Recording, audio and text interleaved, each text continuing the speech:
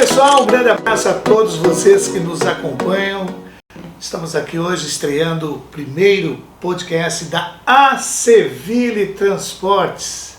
Isso mesmo, aqui vamos abordar diversos assuntos, do transporte rodoviário de cargas. Claro, falando da nossa Aceville, que nesse ano de 2024, emplacando aí 35 anos. Sabe o que é 35 anos? É muito tempo, né? Afinal, gerenciar uma transportadora não é tão fácil assim, né? A demanda é muito grande. E não só a matriz. A matriz, ela existe, evidentemente, mas ela tem que ter as vertentes. E a Aceville já partiu para isso há muito tempo. Por isso que é um case de sucesso. E nesse primeiro podcast da Aceville Transportes, evidentemente que eu e o William, né, aqui do marketing, temos a honra de receber aqui o nosso presidente da Aceville Transportes, o nosso querido amigo, o senhor Ari Rabaioli. Seja muito bem-vindo. Bom dia, boa tarde, boa noite para quem está assistindo a gente, porque afinal de contas você está aqui com a gente, né, no mundo das redes sociais, e por isso que não tem hora para você ver o nosso podcast. Tudo bem, meu amigo Ari Rabaioli? Tudo bem, então aproveitando, bom dia, boa tarde, boa noite. Verdade. Para todos os que vão assistir. Olha, gente, é uma satisfação muito grande, e quando se fala de uma empresa de 35 anos, entregando sonhos, transportando desejos, né? É uma coisa impressionante, porque é uma responsabilidade muito grande, principalmente, e nós vamos falar sobre isso, porque é uma responsabilidade muito grande. Quando você contrata uma transportadora para fazer o transporte de determinados produtos, que nós vamos falar sobre isso, você espera isso. Quem adquiriu, quem contratou para fazer essa entrega, tanto quem vai receber também, tem ansejos, né? E também aquela preocupação de poder receber no tempo hábil e com toda a qualidade que tem que ser peculiar, independente da profissão, de qualquer, seja qual for o lado profissional. Nós vamos conhecer um pouquinho o senhor Ari Rabaioli, e eu já fiz essa entrevista com ele na televisão, mas é óbvio que aqui no podcast eu não posso deixar de perguntar também. O senhor é natural de que cidade? Na verdade, a cidade é Aratiba, né? Hoje município, mas na época era distrito de Erechim, por isso que ainda meus documentos constam como Erechim, no Rio Grande do Sul, mas a cidade mesmo é Aratiba, interior do município de Aratiba, muito interior. Interior. Mas está lá firme e forte. Firme e forte, com certeza, né? Há pouco tempo, inclusive, eu voltei e fui rever toda aquela região que eu nasci, que está hoje praticamente transformada em mato.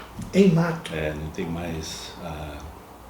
Onde eu nasci ainda existe uma casa, né? Mas onde me criei já não existe mais nada.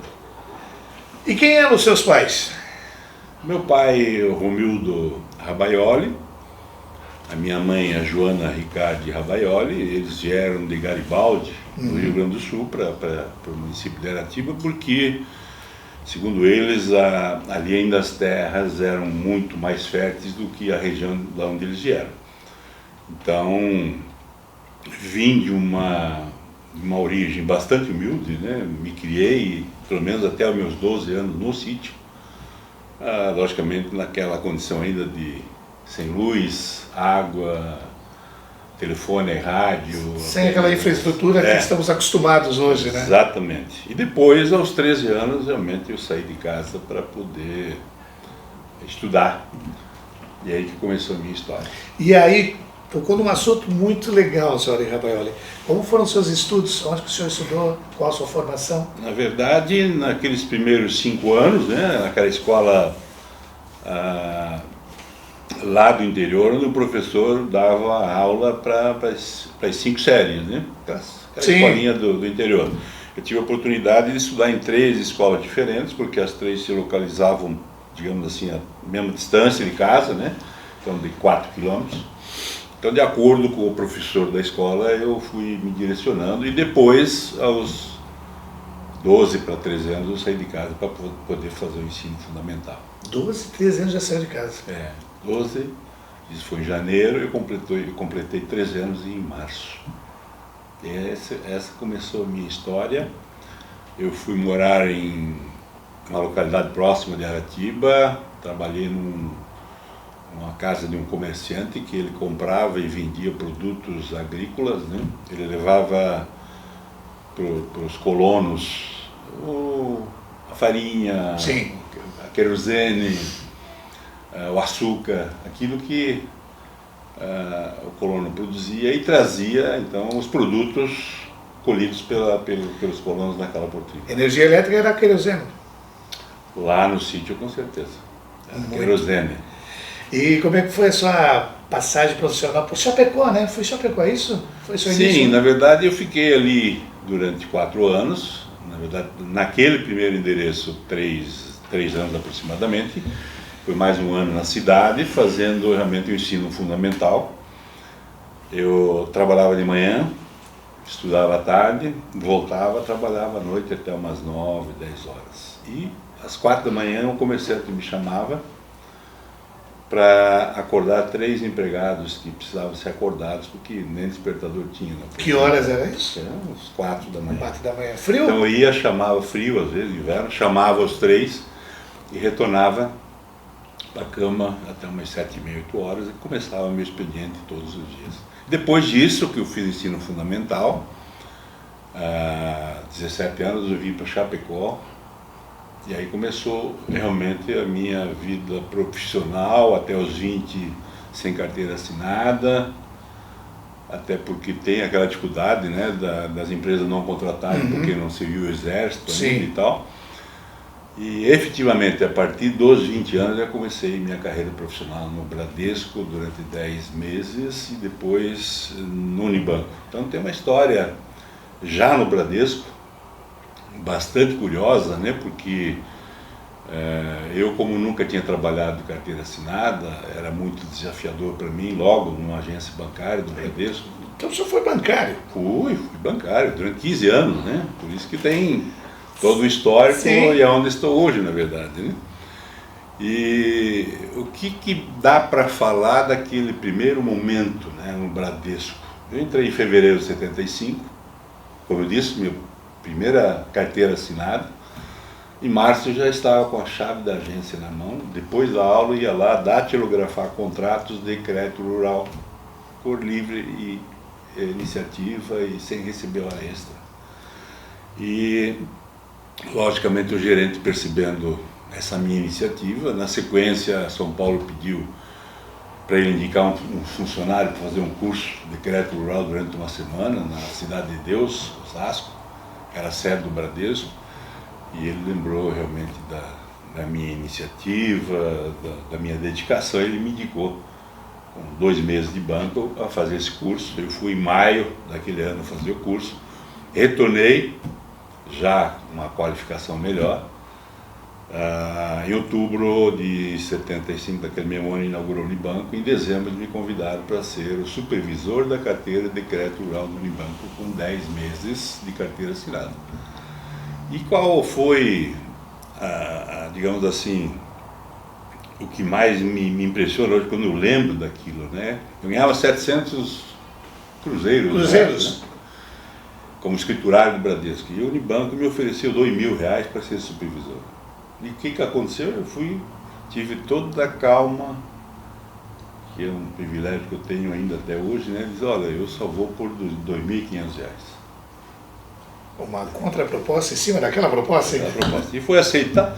E aí começou realmente a minha vida de bancário. Depois daí eu fui para São Miguel do Oeste. São Miguel do Oeste para Blumenau.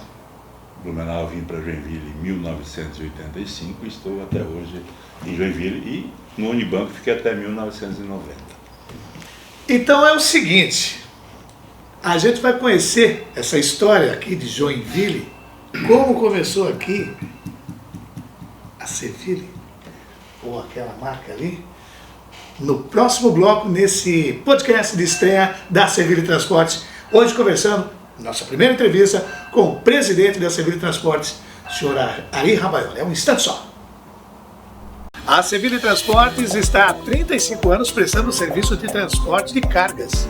Somos especialistas nas cargas fracionadas, lotação e armazenagem. Nossa missão: é assegurar a confiança em serviço de transporte. Nossa visão, ser líder nacional em nosso modelo de operação.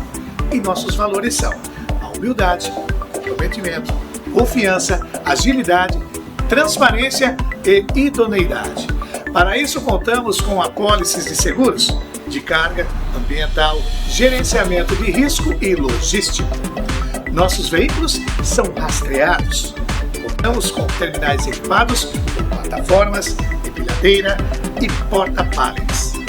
Contamos também com as principais licenças e certificações. Atendemos os estados de São Paulo, Paraná, Santa Catarina, Rio Grande do Sul, Goiás, Rio de Janeiro e sul de Minas. São mais de 2.000 cidades atendidas. Movimentamos cargas para mais de 10.000 clientes mês. Nossos colaboradores passam constantemente por diversos treinamentos.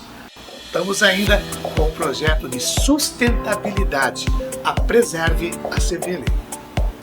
Hoje contamos também com a Clara, atendimento 24 horas do nosso chatbot, com inteligência artificial pelo WhatsApp 47 3130 7350, que dá suporte para as nossas filiais e unidades parceiras, no rastreio de mercadorias, nas solicitações de coletas, nas cotações e muito mais. Então, comprou, vendeu, vai transportar? Pede pela Sevilha Transportes. Há 35 anos transportando sonhos e entregando desejos.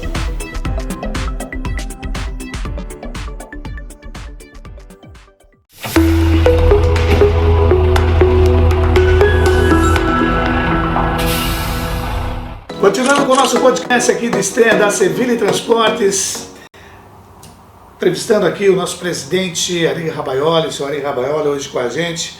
E não é fácil conseguir um horário na agenda desse homem não, gente. Porque hoje ele tem outras atividades também e eu quero agradecer novamente aqui pela disponibilidade, mas daqui a pouco já temos que liberar ele aqui. Então vamos fazer o seguinte, não vamos perder tempo não. A Sevilha Transportes, como começou a Sevilha Transportes? Porque eu já tive a oportunidade e o prazer de ouvi-lo e assisti-lo na televisão, fazendo uma entrevista. Estou aqui na Sevilha, a gente sabe, mas para você que não sabe, preste atenção porque a história é muito bonita.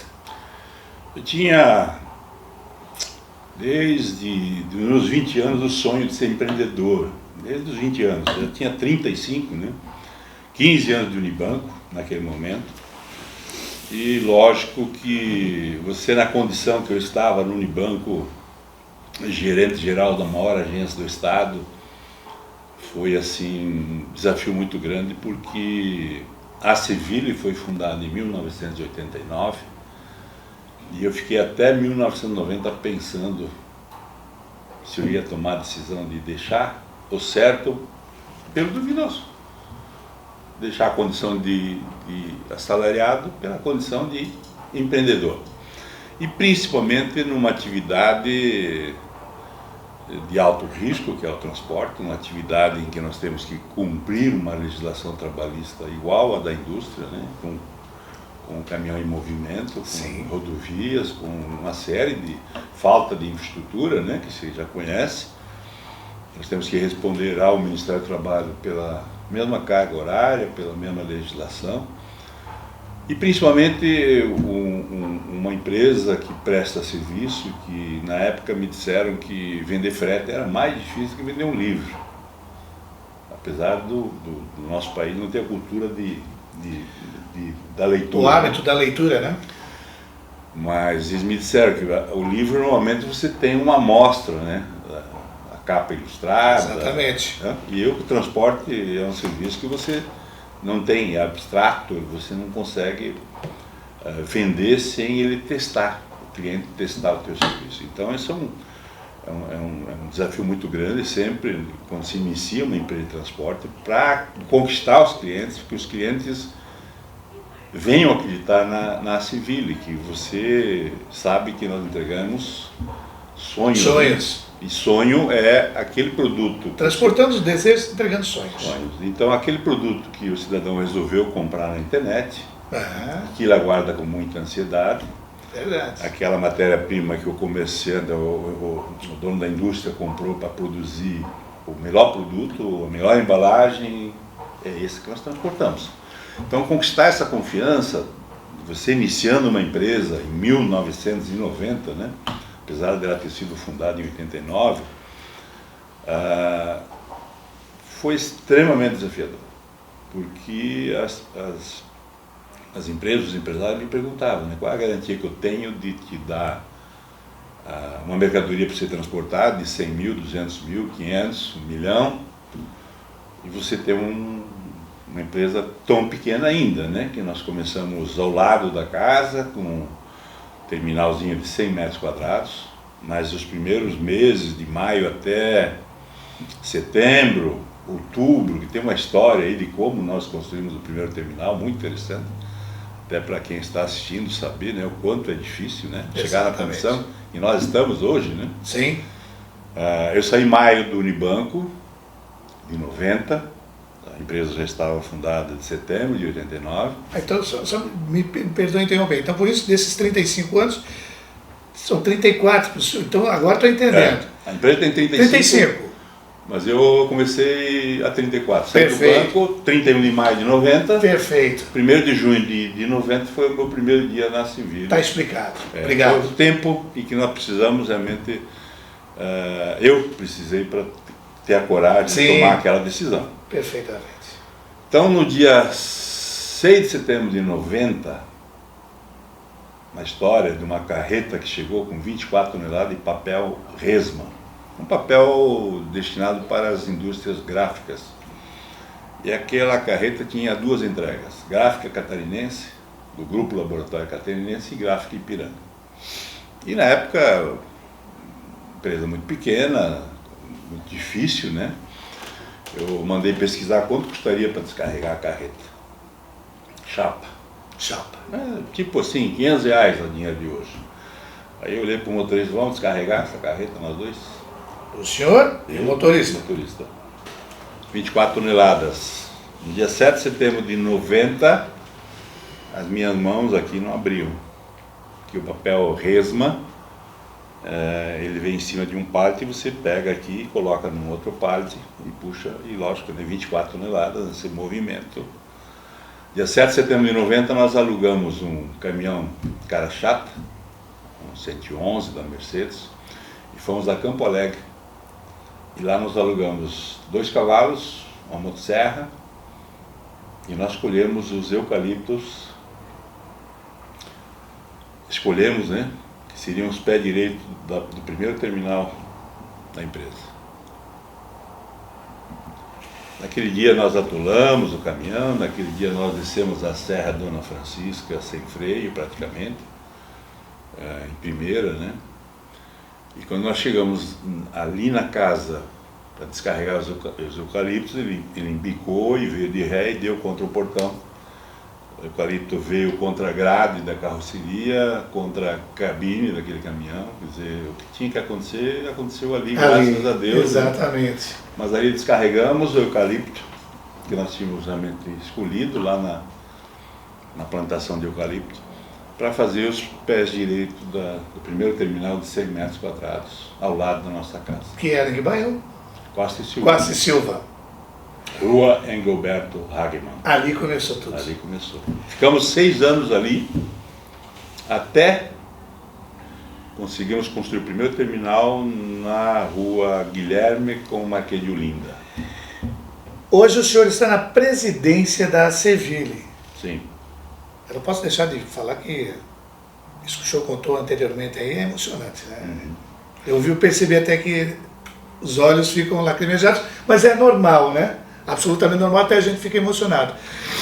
O senhor está na presidência da Ceville, mas também já fez sucessões aí na diretoria, né? Já.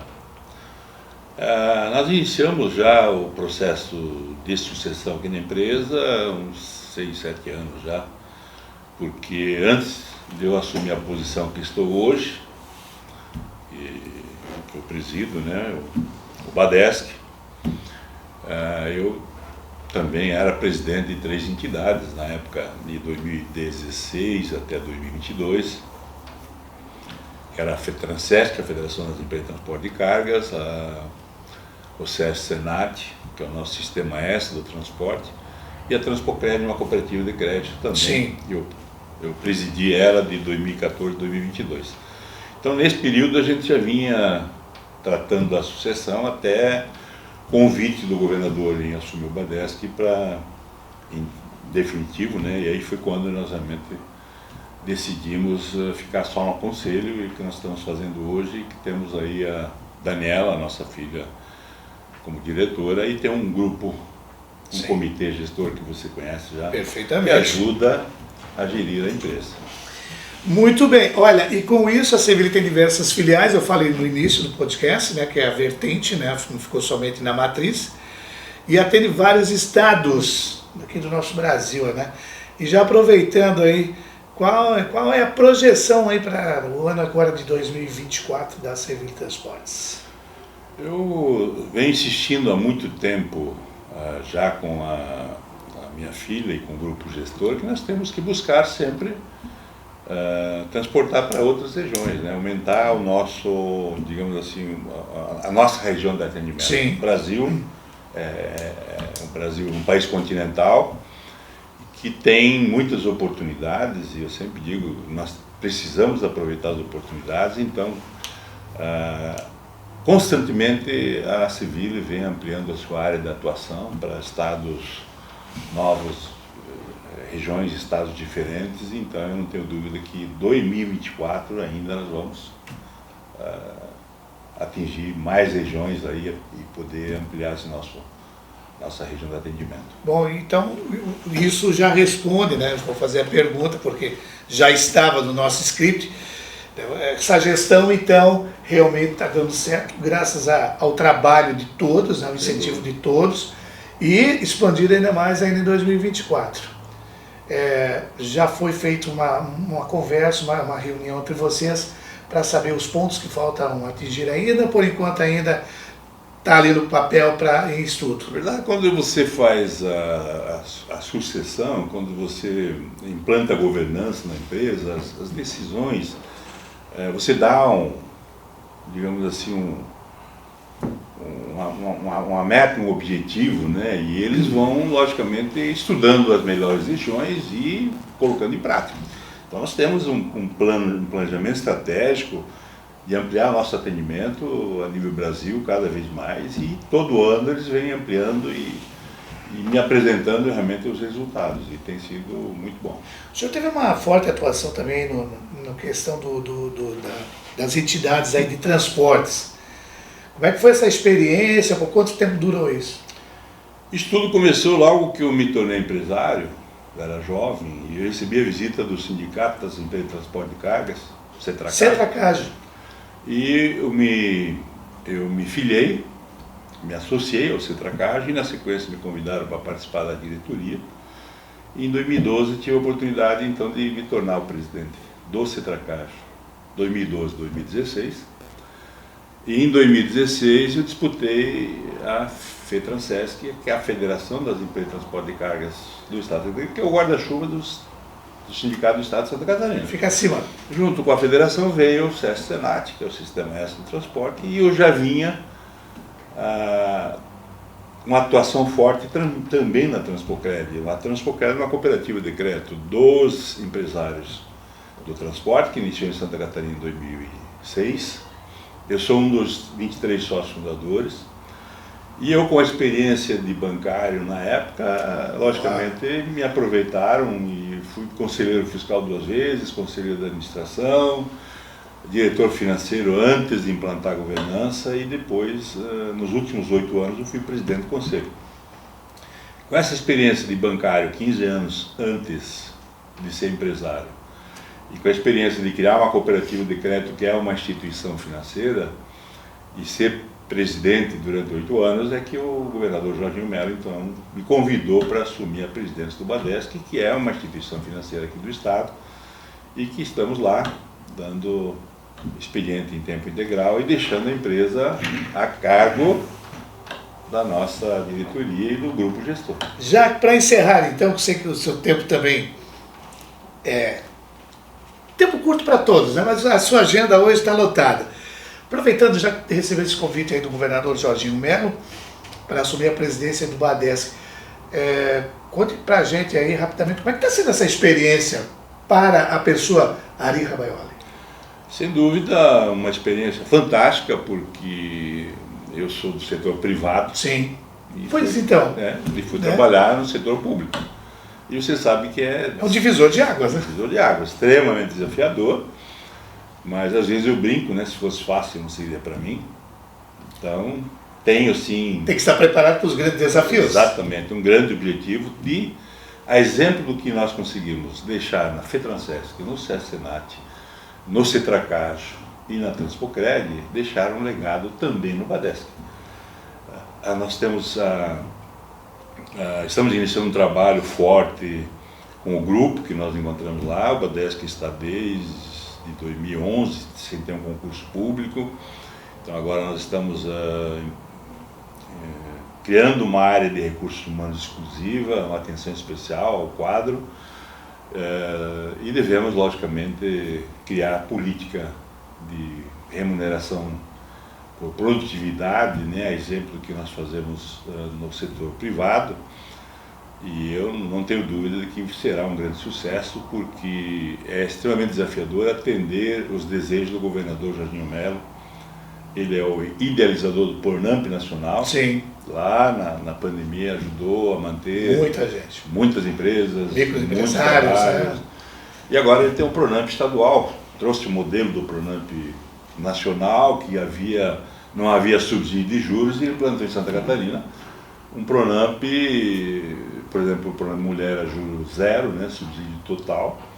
Então o Pronamp Inovação com 50% de subsídio e o Pronamp Geral com 40% de subsídio. Então, esse é um projeto do governador. E nós, logicamente, toda a nossa experiência no setor privado, implantamos lá um sistema de trabalho de visitar as empresas, visitar associações empresariais, visitar prefeituras, que entendemos que o negócio está na ponta e não no ambiente de trabalho, sentado numa mesa. Você tem que visitar para conhecer o empresário, para entender as necessidades, as dificuldades e poder realmente dar o melhor atendimento. Então, realmente estamos fazendo um trabalho para deixar um legado no BADESC também, exemplo do que nós já fizemos nas outras entidades. Eu disse que essa seria a última pergunta, mas para terminar, bom, saindo do setor privado, né, depois para assumir esses desafios todos, eu não posso deixar de perguntar, para encerrar, prometo liberá-lo. E a vida pública? Será que vai caber alguma coisa na frente ainda? Porque já teve um desafio, né? Já. E por isso surgiu também essa aproximação com o governador Jorginho Melo, mas existe aquele ímpeto ainda de eu quero fazer mais, quero ajudar mais, porque muita gente, né, através da Aceville, voltando nesse assunto, hoje várias famílias vivem do transporte, da Aceville Transporte, mas o BADESC também foi desafiador, tem muitas coisas para serem resolvidas, por isso que o Jorginho chamou o senhor para colocar lá, e a vida pública. Então, nós fizemos aí uma experiência, passamos por uma experiência de uma eleição para deputado federal. Em 2022, né? 2022, nunca tínhamos concorrido absolutamente nada, eu sempre brinco, nem para síndico de prédio, né? Então foi um projeto desafiador, porque nós realmente procuramos já direto a deputado federal. Sim. O setor de transporte de Santa Catarina queria um representante em Brasília para cuidar do segmento de transporte, porque eu, como presidente das entidades, eu já vinha fazendo isso. Nós temos vários projetos, que dá para falar uma tarde inteira aqui de projetos que nós conquistamos a nível de Brasília para o segmento do transporte. Dá para falar de vários deles e benefícios que nós trouxemos, né? Problemas que existiam. O setor de transporte é um segmento que tem excesso de regulamentações e excesso de problemas e que precisam ser resolvidos, mas nós ali já conseguimos resolver. A ideia era ter um representante em Brasília. O que eu posso te dizer é que neste momento eu só estou fazendo a política do BADESC. Do BADESC. Esse mandato vai por quanto tempo? Do BADESC? BADESC, a princípio, no mandato do governador, eu posso. Perfeito. Normalmente muda quando muda o governador. Então, até 2026 eu só faço política do BADESC. E depois, quem sabe, a gente pensa no futuro, mas que eu posso te garantir que foi um aprendizado. Nós fizemos um ótimo trabalho, eu sou o terceiro suplente de deputado federal hoje, com 32.600 votos, em 281 municípios. Então isso foi bem significativo, foi um resultado fantástico. E que ali na frente nós vamos pensar com carinho. Com carinho, logicamente precisa ter saúde, precisa ter disposição, a campanha ela é muito, digamos assim, puxada, né? É um trabalho enorme para fazer campanha, mas vamos ver até 2026. Saúde é o que a gente almeja todos os dias, pede a Deus, né? Agora disposição eu sei que não falta para o senhor. Meu primeiro entrevistado do podcast da Serville Transportes, presidente da Serville, Ari Rabaioli, neste programa. Está aqui nas redes sociais para você ver, rever, indicar para as pessoas, não só do meio do transporte, mas uma história bonita que começou lá com 12 anos, é isso de idade? 12, 13 anos. Muitos de vocês, né, alguns já fizeram isso também, uma história parecida, outras nem tanto, mas sabem, né, do que é a dificuldade para chegar onde a gente almeja. E você que vai começar, senhor Ari, não pode desistir dos sonhos, né? Com certeza, quem tem sonho precisa buscar a realização e foi o que nós fizemos e com certeza aqui está comprovado o sucesso e você, que é um grande parceiro nosso, consegue comprovar no dia a dia. Com toda certeza. Ari Rabaioli, presidente da Serville, foi o nosso primeiro entrevistado aqui do podcast da Serville. Um abraço e até a próxima.